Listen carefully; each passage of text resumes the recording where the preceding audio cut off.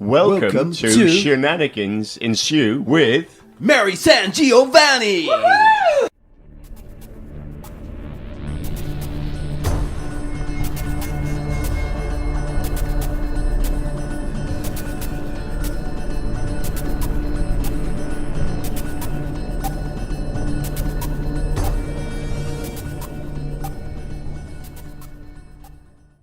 Folks, welcome to Cosmic Shenanigans. I'm Mary SanGiovanni, and I'm up to shenanigans once again of cosmic proportions. Now, today, I thought we'd explore kind of a different avenue of cosmic horror, which may strike listeners as an unusual direction for the show. However, I believe that our literature, as well as the facets of pop culture which are influenced by cosmic horror, are all born from the oral tradition of urban legend in real life. So, in the Venn diagram of cosmic horror and fantasy, and possible cosmic horror in reality, the overlap may indeed seem very small. However, what is cosmic horror at its root, really, but an unraveling of reality as we know it?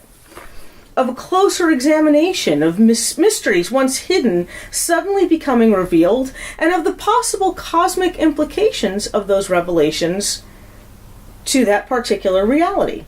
That's what I want to try today. Today, folks, in the first and admittedly somewhat experimental episode of this type, we're going to talk about cosmic horror in urban legend, particularly in the concept of alternate dimensions. This is going to be a two-part show in which, in the first case, we're going to talk about different types of evidence for alternate dimensions, and in the next show we're going to talk about doorways to those dimensions. So let's launch into this.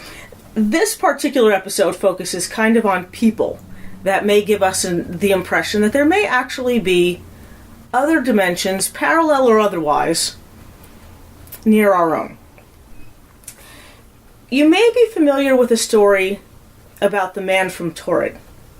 Now, this urban legend first appeared, very briefly, one line, in a book called The Directory of Possibilities by Colin Wilson and John Grant in 1981. It subsequently appeared with a little bit more details which somewhat contradict the current version of this story in a book called Strange But True, Mysterious and Bizarre People, and that came out in 1999 by Tom Sleeman.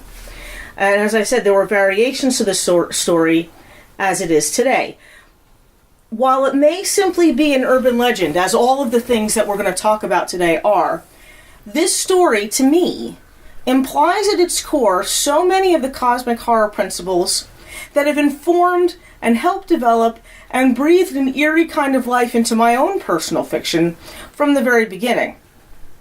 In stories like these, and this is not the only one, there's a kind of vindication that those of us who write about travel between and creatures from alternate dimensions may be heralding a new age of horror and science, which of course really just makes us feel like big shots as we're sipping tea and theorizing. But the story of the man from Torrid, let's start there. In July of 1954, a man arrived in Japan by airplane at Tokyo International Airport, which I believe at the time was called Haneda Airport. I apologize if I have butchered the pronunciation of that. But anyway, he was described as Caucasian. He was sporting a beard. He spoke French as a native language, but he also spoke Japanese pretty fluently and a number of other languages. He had money in his wallet from several different European countries, and by all accounts was a traveler traveling for business. Following the presentation of his passport, though, to Japanese immigration officers, these officers noted that both it, and then subsequently his driver's license, were issued from a country called Torrid, which doesn't exist anywhere in this world. Except that this man insisted that it did, and had done so for the last 1,000 years, right between France and Spain. When he was shown a map, he exhibited genuine confusion as to why the Principality of Andorra stood in place of his own country of origin. According to some sources, he stated that this was his third trip this year to Japan, for his company, and that he'd been making such trips from Torrid to Japan and back again for the past 5 years. And he showed his passport, which showed that, he'd been stamped in Japan for making these trips. However, when the Japanese officials followed up with this, the company he claimed to be coming to visit in Japan said they didn't know who he was. The Japanese officials could find no proof of the existence of the company he claimed to work for. The hotel he claimed to have reservations with had no record of him. And other such, there are other such issues, with his whole visit. Now, believing he might be, and this is where it varies. So some of them say that, the Japanese officials thought maybe he's some kind of criminal or a spy. Some stories say that they just got frustrated. He got frustrated with them, they got frustrated with him, and they said, okay, let's just table this till tomorrow.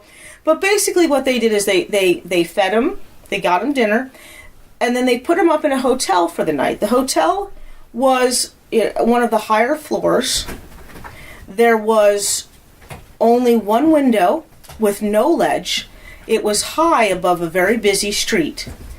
And 2 guards were posted outside of this room. I'm here. They kept watch all night. And in the morning, when they knocked and received no answer, they entered the room. They saw no signs of escape, but no signs either of the man or any of his substantiating documentation. The man and his papers from Torrid had simply vanished. Now, popular theory, of course, there are many different theories about what could have happened to this guy, including just sort of misunderstandings. But there is a popular theory that suggests that the man may have accidentally slipped from a parallel dimension into ours, and somehow returned again with all of his paperwork, leaving no trace. As I mentioned, this is not the only story of its type. I'm a little less familiar with this one, but there is the story of Jafar Vorin. Urban legend suggests that this tale was first told on April 5th, 1851, in the issue of the British journal Anatheum.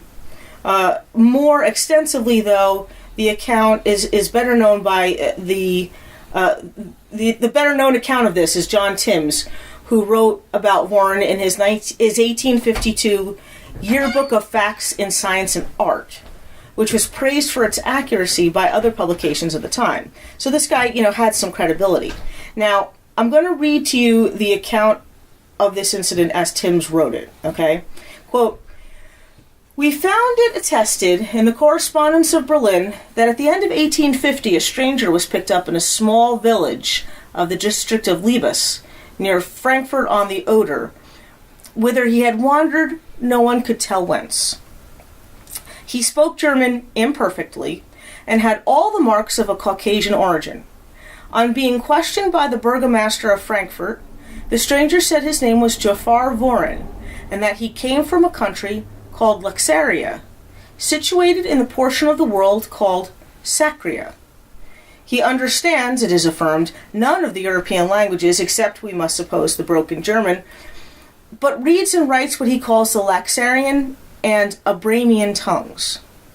His purpose in coming to Europe, he alleges, was to seek a long-lost brother, but he suffered shipwreck on the voyage, where, he does not know, nor can he trace his route on shore on any map or globe, yet he claims for his unknown race a considerable share of geographical knowledge. The 5 great compartments of the earth he calls Sacria, Aflar, Aslar, Oslar, and Uplar. The sages of Frankfurt on the Oder, after much examination of the tale and its bearer, believed it. However, Jafar Vorin was dispatched to Berlin and there became the subject of much scientific and curious gossip in the Prussian capital." End quote. Now, Vorin said that his religion was essentially Christian in form and doctrine, and that it was called Vespasian. Luxaria, he claimed, was many hundreds of miles from Europe and separated by vast oceans from it. Now, the popular theory of anthropologists suggests that the continents that he named were actually Africa, Asia, Australia, and Europe, but delivered in broken German and therefore misunderstood. Still others attribute these discrepancies to a parallel dimension, where that's what these continents would be named, and Jafar Vorin to the catalog of mysterious alternate dimension travelers. Now, what these stories inherently imply is a large cosmic elephant in the room, okay? If we are to give these any credence, whether they are urban legends or not, but we're going to come back to why there may be some factual evidence to this, that they're basically what they're suggesting is that there are, first of all, alternate dimensions, ones possibly close to or parallel to ours, not only in actual space-time proximity, but in cosmological makeup as well. One might wonder what the horror in that is exactly, because it's exciting, for sure.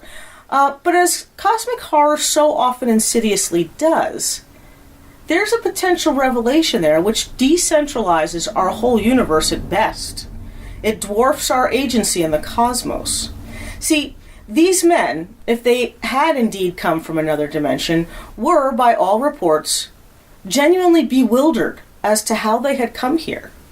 And so the fact that they seem to be so confused, and yet here anyway, suggests that they had little autonomy or agency in these travel plans.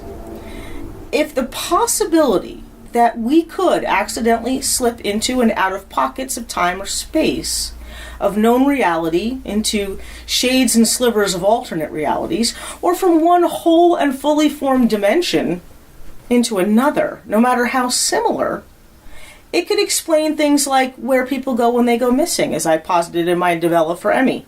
Of course, this theory means that essentially we can be suddenly removed from our loved ones with no practical means of returning.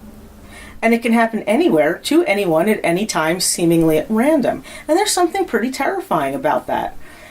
One dimension for certain, even if we could only prove the existence of one dimension, still suggests that there's a possibility of many more. And not all of them might not be so close in cosmology to our own. That could certainly negatively impact our chances for survival, should we slip from one to another. And overreaching all of this is that sort of undercurrent that if in this world we have God or providence, we have fate or ritual or simple human ingenuity to save us, what, if anything at all, are we left with in other worlds? Are prayers answered in alternate dimensions? Are they even heard? Do immutable laws suddenly become mutable? And if we discover and explore and poke and prod at other dimensions, if we do find ways to cross through, whether accidentally or even on purpose, even under our control, then what might not find its way back here the same way? Here's some more examples. We have another urban legend, the green children from Woolpit, and this goes way back to medieval times. According to William of Newburgh, one day at harvest time during the reign of King Stephen, which would have been 1135 to 1154, the villagers of Woolpit, the town of Woolpit, which basically had been given that name because in order to protect the village, they dug these big pits and then covered them with leaves, and the wolves would get stuck in these pits. Over time, it just became the town just became Woolpit. But the villagers of Woolpit discovered these two little children, a brother and a sister, beside one of the wolf pits that gave the village its name. They were huddled together. They were very confused. They were crying and kind of shouting in an unknown language. Their skin was green. It was tinted green. The only language they could speak was this unknown language, and their clothing was very unfamiliar. Now, there's some variation as to what kind of clothing it was, but there's very little, there would not have been anything to indicate whether it was modern clothing or anything like, spacesuit type clothing. It was just unfamiliar to these people at the time, both in material and style. Ralph reports that the children were taken to the home of Richard de Calme. Okay, now again, I know I switched on you. William of Newburgh and this other man, Ralph, they both gave accounts of this story. Now, I believe there's about 80 years that separate these accounts. Neither of these two people knew either of the children firsthand, because apparently their lifespans were not terribly long. But from all accounts, they had interviewed over 40 different people who were first-hand observers of this, to the point where both of these authors, both Ralph and William, were completely convinced that something like this had happened, because these people were very detailed and very specific about their accounts. Now, Ralph and William both agree that this pair of children, when taken to the home of Richard de Calne, who agreed to take them in, the children refused to eat all food for several days. And then someone brought in raw green beans. And apparently the green beans were the only thing the children could consume, and they ate them very eagerly. They ate their fill of them. Now, over time, the children gradually adapted to normal food. But furthermore, they started to lose their green color. Now, this is generally attributed by these writers to their diet, but given some of the things we're going to explore later, that may or may not necessarily be the case. It may not have had anything to do with their diet, but it seemed to correspond that as they learned to eat different kinds of food, they lost that green tint to their skin. The boy, unfortunately, who appeared to be the younger of the two, grew sick fairly quickly after this adaptation and died shortly after he and his sister were baptized. The girl, though, however, learned to speak English and started to thrive under the care of Richard de Calne. Now, when she learned enough English to explain herself, she claimed that they came from a land where the sun never shone and the light was like twilight. William says that the children called their home St. Martin's Land. Ralph adds that the girl claimed everything there was green, including the people. According to William, the children were unable to account for their arrival in Woolpit, and this is where we get slightly differing accounts. For the most part, the content of what they say is the same. It's just slightly different variations on how they had actually arrived in Woolpit. Essentially, they had been herding their father's cattle. They heard a loud noise, and I think they said a flash of light.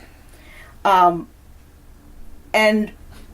in one account, they found themselves right near a wolf pit where the villagers had found them. In another account, this had scared the cattle, and they had followed the cattle into a cave, and then hearing the bells of the town that they ended up in of Woolpit, they followed the sound of the bells out and emerged. When they came out of the cave again, they were in Woolpit instead of their home. Either way, they emerged into this land and were very confused. Now, according to Ralph, and this is where I think the story gets a little bit weird, but I mean weirder than it already has been, obviously. The girl was employed for many years as a servant in Richard de Calne's household. By all accounts, she was considered to be, quote, very wanton and impudent, as if, social norms were just different where she was from.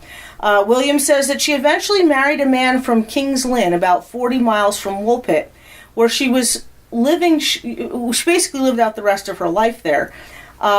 They said that other people said that the name of the man she married was Richard Barr, and that she was given an English name, Agnes, and that she ended up, married to this man and raising children there. The most commonly repeated theories about these two children were that they were either fairies, aliens, or visitors from another dimension or from underground. Now, in all these cases, all these versions hold that their main idea that the children were not human and that their arrival was clearly super normal at least. Both William of Newburgh and Ralph of Coggeshall, these two guys who are most famous for accounts of the Green Children, seem to suggest that, okay? That this doesn't strike anyone as odd, and that nobody seems to have pressed this girl more about her background or about the culture of her people prior to this, that's what kind of strikes me as odd. But apparently she was unable to give them much more. She couldn't remember how she'd gotten where she was, and certainly couldn't remember how to get back. So both of these approaches, which essentially dominate the explanation of the mystery of the Green Children, seem to imply a certain degree of folklore. Because let's say, if you look at encounters from this time period of inhabitants of the fairy otherworld, okay, in both early and modern readings, this world is extraterrestrial, okay? It's I should say, interdimensional, the fairy otherworld. So there is something to be said about, even if they were fairy children, that they are essentially from another dimension. There's a number of theories that postulate that the fairy otherworld that is so often referred to in myth is in fact an alternate dimension. For example, Irish mythology tells of a place called Tir na Nog, where the old gods and goddesses and the fairy folk came from to begin with, before they came to Ireland. Also, if you look at a lot of modern alien origin theories, they actually lean toward beings coming from other dimensions rather than other worlds in this universe, which are millions of light years away. So, kind of no matter how you slice it, the prevailing theory is that these children were from some other dimension, some other underground dimension. A lot of fairy folk are said to live underground in other worlds where it is constantly twilight, and time and space don't move the same way, So, however you look at it, these green children, these little orphans from another dimension, are yet another suggestion that there are other places and other ways, that these other worlds might exist. Now, here's something interesting, and this is just a note for people who are into that sort of folklore trivia. One author, K.M. Briggs, makes the observation that the only habitual food the children would or could eat, the only food that their stomachs would accept, were green beans, and that the tradition of the time was that green beans were the food of the dead. That's what the dead ate. And again, there's a lot of overlap between the world where the dead go and the world where the fairies go. And in her 1967 book, The Fairies in English Tradition and Literature, she posits that it's interesting that these children could and would only eat green beans. Now we have another one, okay? Let's bring this a little bit more modern here. We have the scientist commune at Ong's Hat. Now this is a shout out to New Jersey, woohoo! Okay, if you were to take the turnpike to exit 4, and then follow Route 70 east to Route 72 at 4 Mile Circle, and make a hard left, this leads to a place known as Ong's Hat. Alright? It's a trail that some say leads to a mysterious portal to another dimension. Now, as if New Jersey wasn't weird enough, of course we have our own portal to another dimension in the Pine Barrens. Ong's Hat supposedly is named for Jacob Ong, who was quite a player in his day, and was known for this particular hat that he would toss around a lot, and I believe it got stuck up in a tree, and that's why they call the place Ong's Hat. It's essentially a deserted village, as there are many forgotten deserted villages in the New Jersey Pine Barrens area. This particular one is in Burlington County, and was not particularly known for anything special at first. It would have been nothing more than a footnote in the local history books, were it not for a very weird development that some believe occurred there in the last quarter of the 20th century, and that would be the actual opening of a gateway to another dimension, a parallel dimension. Now, if we go back to this, there are books. There's Ong's Hat at the beginning. It's Joseph Matheny who wrote this book, who has been deliberately vague about whether or not this is a work of fact or fiction. Many believe it's sort of a mix of both, because it does sound pretty wild, okay? However, basically, according to this history and to the general urban legends of the area, the Moorish Orthodox Church of America, founded in the 1950s, was comprised of a group of white jazz musicians and poets who were formerly members of the Newark-founded Moorish Science Temple. So these are people who basically embrace science and art. The members of this small sect traveled the world. They learned different philosophies, different spiritual practices. They met with all different masters of the Eastern world. And one of these particular travelers, one of these members of this group, was Wally Fard. Okay? When Wally Fard returned from his travels in 1978, he spent all of the money he had on 200 acres in the New Jersey Pine Barrens. Along with a group of runaway boys from Paramus, 2 lesbian anarchists, and a couple of scientists, he moved onto the property and formed basically the Moorish Science Ashram.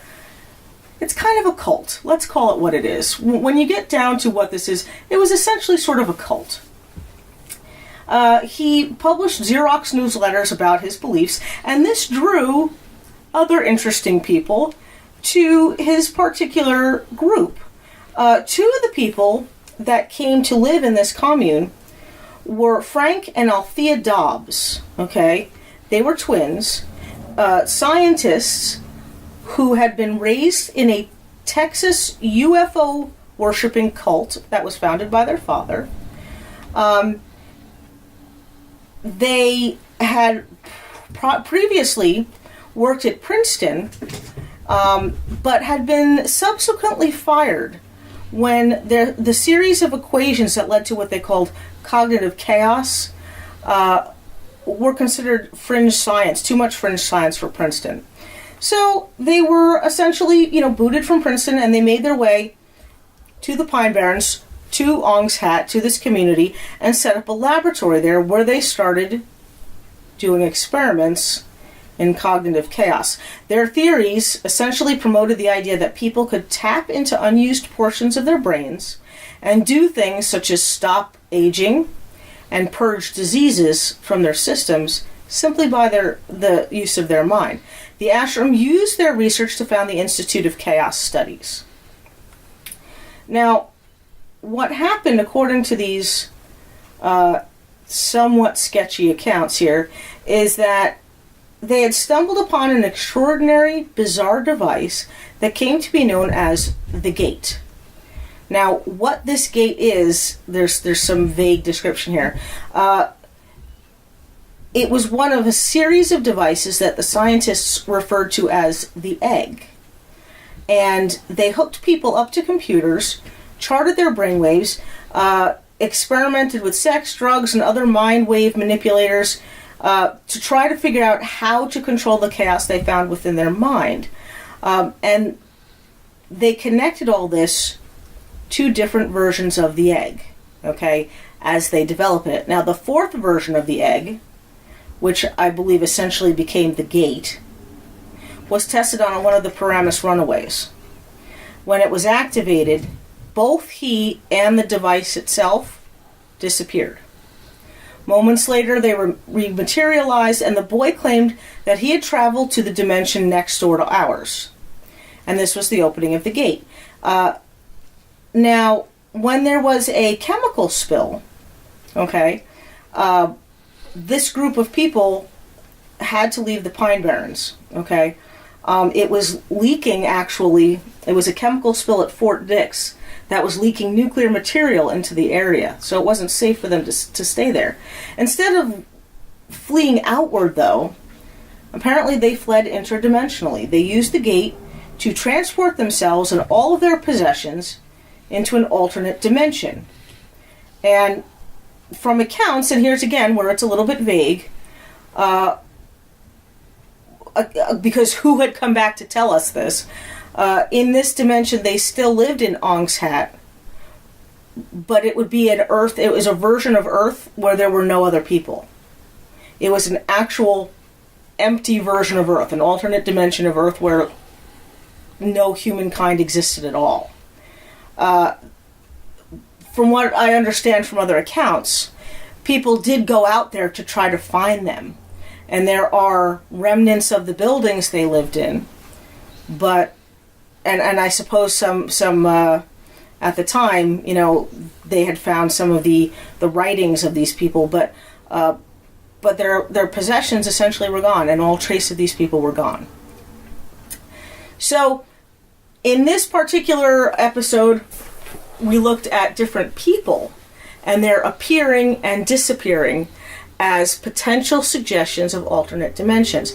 Now, I mentioned that we're looking at, in reality, possibilities of these dimensions existing. I know that this is the kind of thing that cosmic horror generally tends to adhere to a lot of times. The idea that these ancient gods and monsters and ancient forces, which are of cosmic scale, that they could come from alternate dimensions or other parts of our own known universe, or even unknown parts of our universe, because we essentially get the cosmic scale of something that is far outmatches us. That we are essentially minimized in the presence of.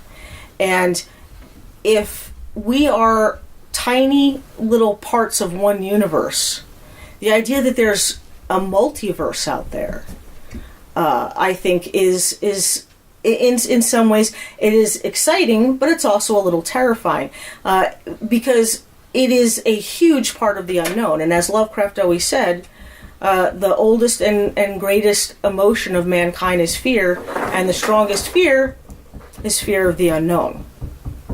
Now, what some of these stories do suggest is that, I never liked the quantum string theory idea that we had every decision we make branches off another reality, so that there are countless versions of us out there. Although I did read an interesting theory that said that all those versions of us are still us.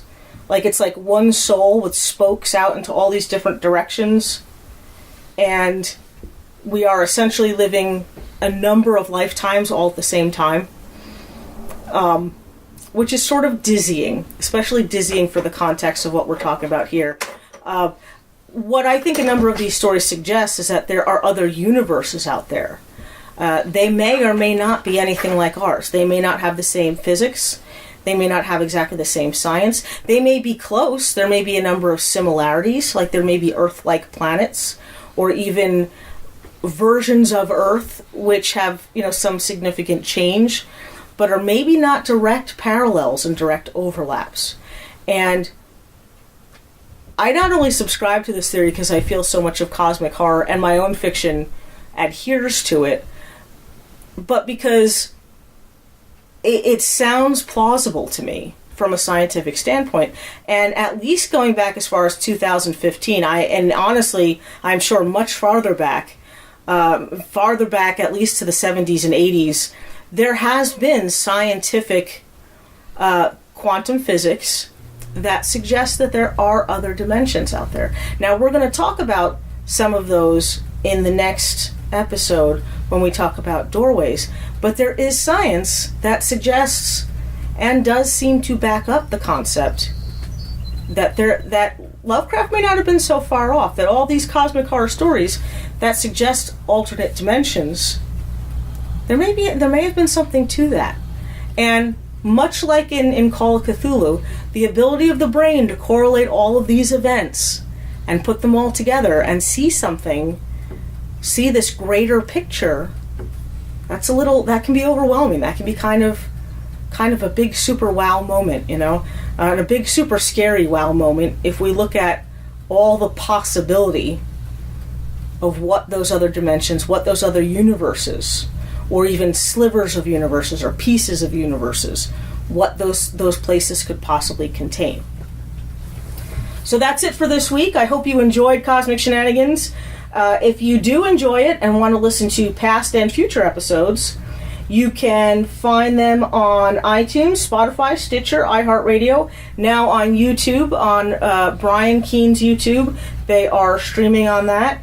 If you enjoy Cosmic Shenanigans, you might also enjoy another show I co-host, The Horror Show with Brian Keene, which is full of shenanigans of its own type.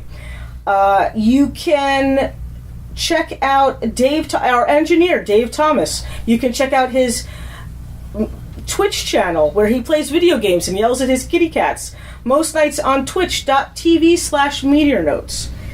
There's all kinds of goodies, and I hope that you will join us next week for some exploration into more cosmic horror and urban legend. So thanks for listening. Bye. This is Jim Adams from Monster Attack. Hey, if you remember that monster movie from your childhood that got it all started for you, the one that really got you interested in monster movies, horror movies, sci-fis, and cult films, then you're going to want to listen every week to Monster Attack. We look at some of our favorite monster movies from the 50s, 60s, and 70s. With new episodes uploaded every Monday, it's Monster Attack, exclusively on the Project Entertainment Network.